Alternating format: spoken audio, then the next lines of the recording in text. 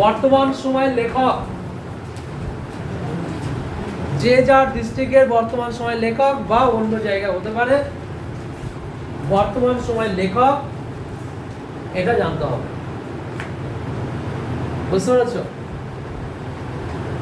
এবং তাদের লিখিত কিছু সাহিত্যের নাম, কাব্যের নাম, উপন্যাসের নাম, প্রত্যেকটা বিষয় মাথায় রাখতে হবে। ও মৌসুমী, ঘুমিয়ে পড়লে তো বাবা? বাড়িতে শাশুড়ি খেতে দেয়নি, একটু বেশি করে খাবি, বেশি করে খাবি। এত দুর্বল হয়ে গেলে হবে কি করে? এত কষ্ট করে বাবা রিটেনের পরীক্ষাটা দিলে, নাম্বারটা রাখলে, এখন যদি ইন্টারভিউটা খারাপ দাও, আমার খারাপ লাগবে। দুর্বল হলে তোকে দেখে তো আমার কষ্ট হচ্ছে।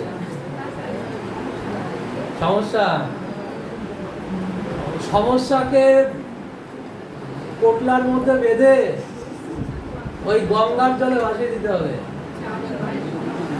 ও কিছুতেই আমাদের কিছু ছাড়ে না।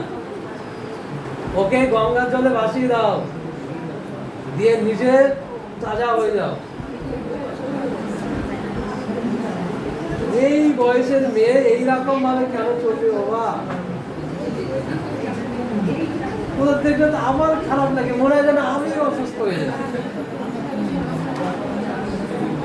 তোমাদের দেখে তো আমি ছুটবো। যাক মৌসুমী, গল্প নয়, মন দিয়ে শোনো, কারণ আমাদের প্রশ্নগুলো রেডি করতে হবে, এখন অনেক দূর যেতে হবে। আচ্ছা, আমরা যেটা বলছিলাম, কি বলছিলাম বন্ধু? লেখক, লেখক যেমন বললাম, লেখিকাও বলতে হবে। লেখিকাদের রচনার নাম, শিশু সাহিত্যের নাম, বড়দের নাম। দেখো, একটা আমরা সবাই এখানে যারা আছি সবাই একটা সাহিত্যের মানুষ আছে। এখন সাহিত্যের বর্তমান সময়ে দাঁড়িয়ে কিছু তো পড়াশোনা করা উচিত, উচিত তো নাকি? কিন্তু আমরা তো এই সামলাতে গিয়ে তো আর অন্য কিছু করা হয় না, সময় পাই না স্যার, কি করব? যতটুকু সময় পাই ওই এসএলএসটি, সেকেন্ড এসএলএসটি সাফল্য পাওয়ার জন্য, লক্ষ্যে পৌঁছানোর জন্য এই নিয়েই পড়ে থাকি, আর অন্য কিছু করার সুযোগ হয় না। অবশ্যই একটা লক্ষ্যে পৌঁছানোর পরে পড়াশুনো, সাহিত্য চর্চা, এগুলো তো করতে ভালোই লাগে। অনুকূল সময় আসুক নিশ্চয়ই আমরা করব, তাই না? তাই আমরা আনন্দ লোকও করতে পারি না, আনন্দ মেলাও করতে পারি না, কোনো পূজা বার্ষিকীও করতে পারি না, তাই না?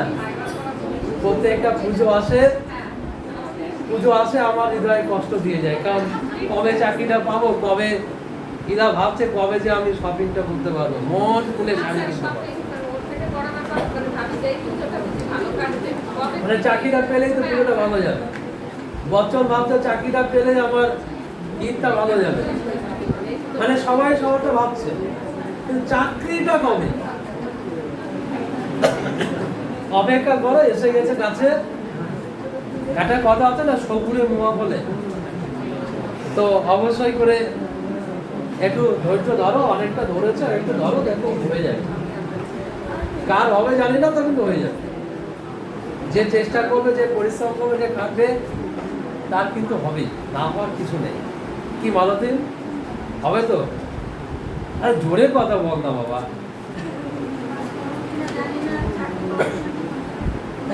এখানে কেউ জানে না আজকে পাস করবে কিনা, 3 তারিখের পরে জানতে পারবে তারা পাস করেছে কিনা করে। কিন্তু আমার সাপেক্ষে আজকে আমি জানি সবাই পাস করবে, তাই না? মন খারাপ করো না বাবু, যা হয় হবে, বিন্দাস। মনে রাখো, এটা একটা শেখার জায়গা, শিখতে এসেছি, শিখবো।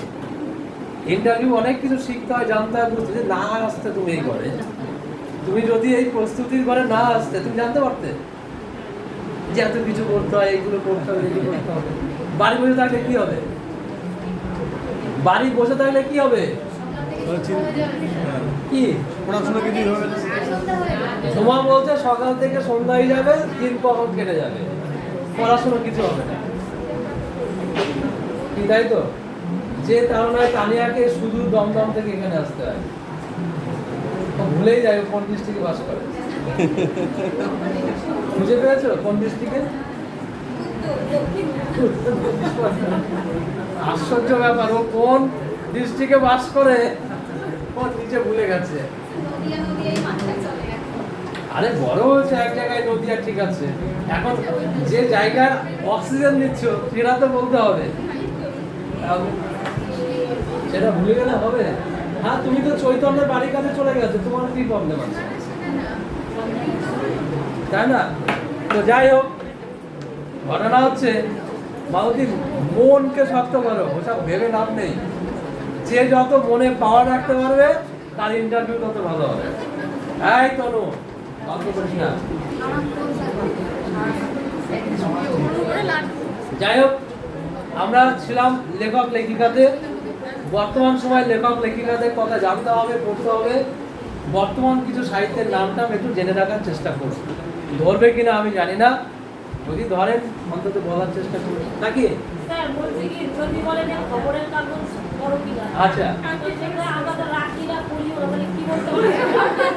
বাবু, এই সময় দাঁড়িয়ে আপনি যদি তোমার ক্ষেত্রে এটা এসে যায়, আপনি কোথা থেকে এসেছেন নিজের প্রসঙ্গে বলছেন, আমি কল্যাণী থেকে, নদিয়া কল্যাণী থেকে এসেছি, নদিয়া জেলার কল্যাণী, আর কিছু বলতে হয় না, সবাই চেনে।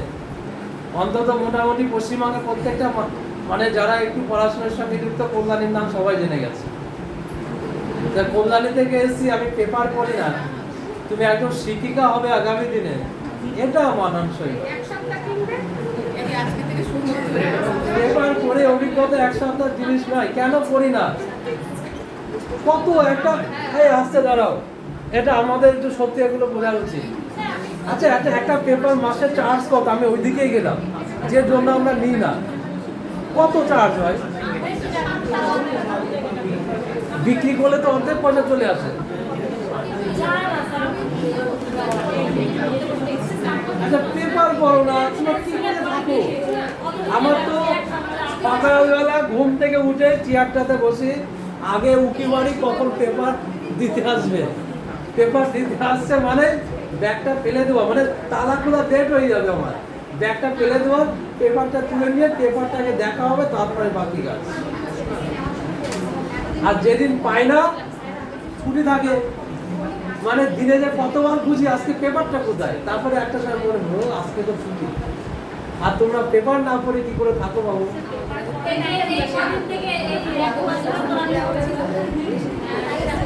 পেপারটা পড়ো অন্তত। হ্যাঁ, যার ধরো কথার কথা হচ্ছে জমার বাড়ি একদম প্রত্যন্ত অঞ্চলে, জমা পেপার পায় না, ওখানে পেপার পৌঁছায় না। আছে তো, এরকম তো অনেকেই আছে জমানো, তাই না?